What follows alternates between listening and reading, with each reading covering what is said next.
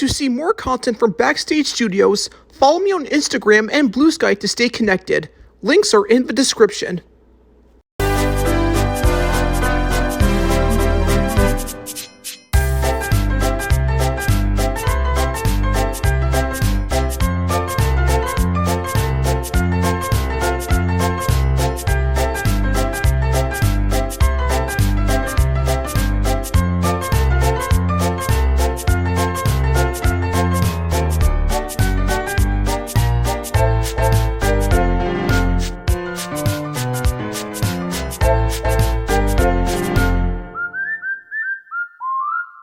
Before we get into the review, I know what some of you are probably thinking. Vinny, why are you reviewing A Bug's Life? You should review Toy Story next.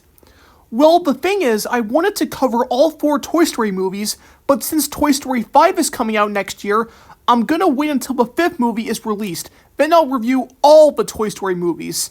So in this review, as you can tell, I'll be reviewing A Bug's Life, which was Pixar's second film after Toy Story. Given the fact that Toy Story was such a big success, will A Bug's Life live up to that? Let's take a look.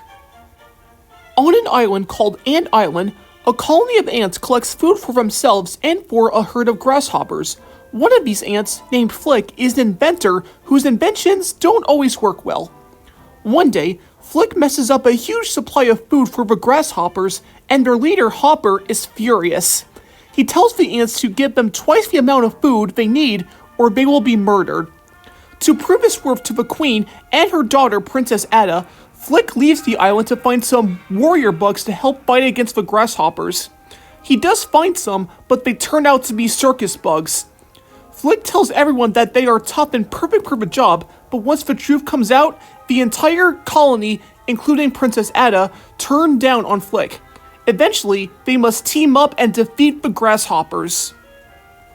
Now, last year when I reviewed Cars, I mentioned that it was originally supposed to be released after this movie.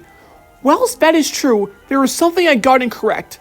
The original idea of Cars was called The Yellow Car, which followed an electric car in a gas-guzzling Cars world, but that was changed to focus on John Lasseter's experience on a road trip and to work on Toy Story 2. I want to apologize for that mistake I made in that review in case some people were wondering. But anyway, back to the topic of discussion. Going from Toy Story to A Bug's Life, I can see a similarity, that being it focuses on small objects. Instead of toys coming to life when no humans are around, it instead focuses on bugs with no human interaction whatsoever. While bugs are small from our eyes, the animation in this film makes them look bigger. The first shot alone speaks for itself, with the ant climbing up to the grass and dropping down food to the other ants.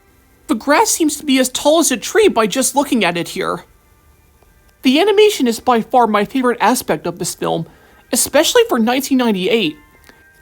But it's not just the bugs themselves that are cleverly animated, but also the ant colony's underground home, the city that is just made of boxes, and the bird. The bird is probably the worst nightmare for a bug, especially in the case of Hopper. From our perspectives, birds are just small flying things, but if you're a bug, they are terrifying. Especially when it squawks that almost sounds like a roar. Other than the animation, the main character Flick is actually rather sympathetic. He means well, but his inventions prove to fail and the colony underestimates him. However, he doesn't give up, and Dot always sticks by his side. The inventions that Flick creates are also very well done. My favorite has to be the bird replica. Let's talk about Hopper. For sure, he is definitely a threatening villain and doesn't want any bullshit from anyone, including his fellow grasshoppers. He also doesn't like being reminded of birds, which I thought was rather fitting in the final climax, where Flick leads him towards a bird's nest. The blooper scenes during the end credits were also rather fun to watch, and I heard Pixar is doing it again with their latest film at the time of this video, Ilio. Now, the only problem I have with A Bug's Life is when Ada criticizes Flick at the end. I can understand why she was disappointed at Flick for lying, but what frustrates me is how she forced Flick to leave the colony. It only gets worse when the circus bugs' ringmaster, P.T. Flea, comes in and tells the truth. That's just wrong to me.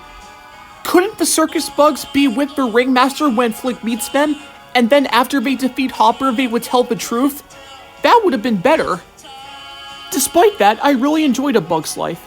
Being the second Pixar film, it definitely lived up to Toy Story with its animation and fun characters, which are two of Pixar's strengths. At least to me personally.